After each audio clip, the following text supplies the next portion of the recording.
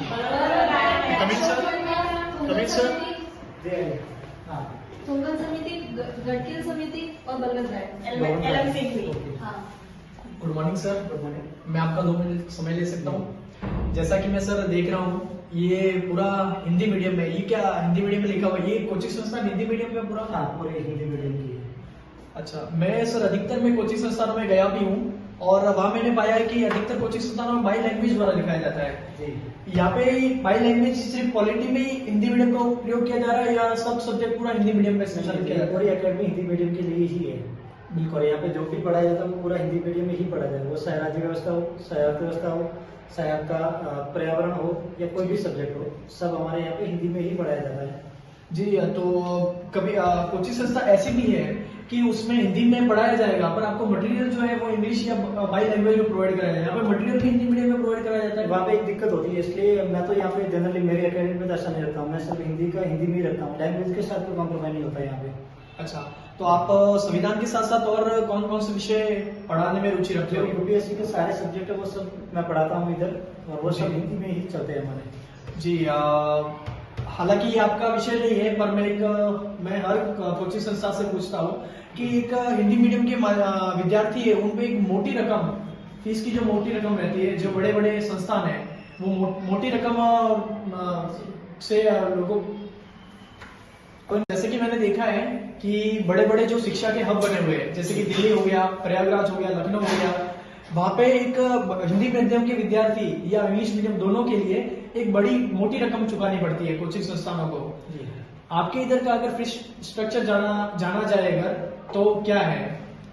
जैसे फीस सबका अलग अलग होता है, क्योंकि कोई अगर ज्यादा फैसिलिटी सुविधाएं दे रहा है तो उनके लिए फीस ज्यादा ही होती है। जी। और यहाँ पे ऐसा है कि सूरत और पूरे गुजरात में एक तो हिंदी मीडियम की कुछ संस्थान है नहीं, ठीक है। और जो बच्चे हिंदी वाले आ रहे हैं तो वो कहीं ना कहीं अपने सपनों से दूर न भटके, ठीक है, या दूर न जाए, उसकी वजह से हमने यहाँ पे फीस स्ट्रक्चर बहुत ही कम रखा है। हमारा जो फीस स्ट्रक्चर रहेगा वो 1 लाख से नीचे रहने वाला है। और उसमें हमारी जो कंडीशन है वो 3 अटेम्प्ट के लिए है कि आप 3 अटेम्प्ट तक हमारे साथ जुड़े हो। सपोज कि अगर कोई 12वीं के बाद भी आ रहा है तो 3 साल ही हो जाएंगे, उसके बाद 3 अटेम्प्ट जब तक वो देंगे तब तक हमारे साथ जुड़े रहेंगे।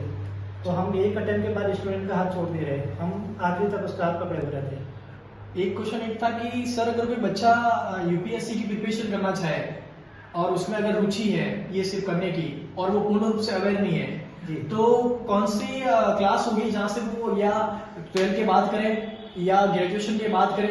ये बच्चे दुविधा में रहते हैं, खास करके हिंदी माध्यम के विद्यार्थी। उस पर आपकी क्या राय है? ओके, मेरी पर्सनल राय ये है कि अगर 12वीं के बाद अगर आप अपने सपनों के प्रति अवेयर हैं, अगर सजग हैं, तो 12वीं के बाद कर सकते हो, ठीक है। क्योंकि अगर आर्ट्स ह्यूमैनिटी बैकग्राउंड वाले हैं, ठीक है, तो आर्ट्स वालों में ऐसा होता है कि आप जो 11th-12th में पढ़ते हो वही सब्जेक्ट वापस रिपीट यहीं पे होते हैं। ग्रेजुएशन में आपको वही पढ़ने थे तो आपकी तैयारी ऑलमोस्ट वहीं से शुरू हो जाती है। पर कहीं ना कहीं हाँ, अवेयरनेस की बात सही बात है, क्योंकि अवेयरनेस नहीं होने की वजह से वो ग्रेजुएशन के बाद आते हैं तो उनको कहीं ना कहीं नुकसान भी झेलना पड़ता है। जैसे कि आपका ग्रेजुएशन कंप्लीट हुआ फिर उसके बाद आते हो, एक तो हिंदी मीडियम में पढ़ने में थोड़ा टाइम लगता है, बच्चे इतने जल्दी से समझ नहीं पाते हैं, ठीक है, तो उनको ऐसा होता है कि तैयारी में 2 से 3 साल लग जाते हैं। तो ग्रेजुएशन करते करते 22 या 20 साल के हो जाते हैं, 22 साल तक हो जाते हैं, उसके बाद 3, 4, 25 तक पहुंच जाते हैं, फिर उनके बाद नहीं रहते, 1 अटेम्प्ट के बाद छोड़ देते हैं। तो मेरे ख्याल से 12वीं के बाद अगर कोई तैयारी कर रहे हैं तो वो अच्छा होता है उनके लिए। बाकी ये सब व्यक्तिगत चॉइस है अपनी।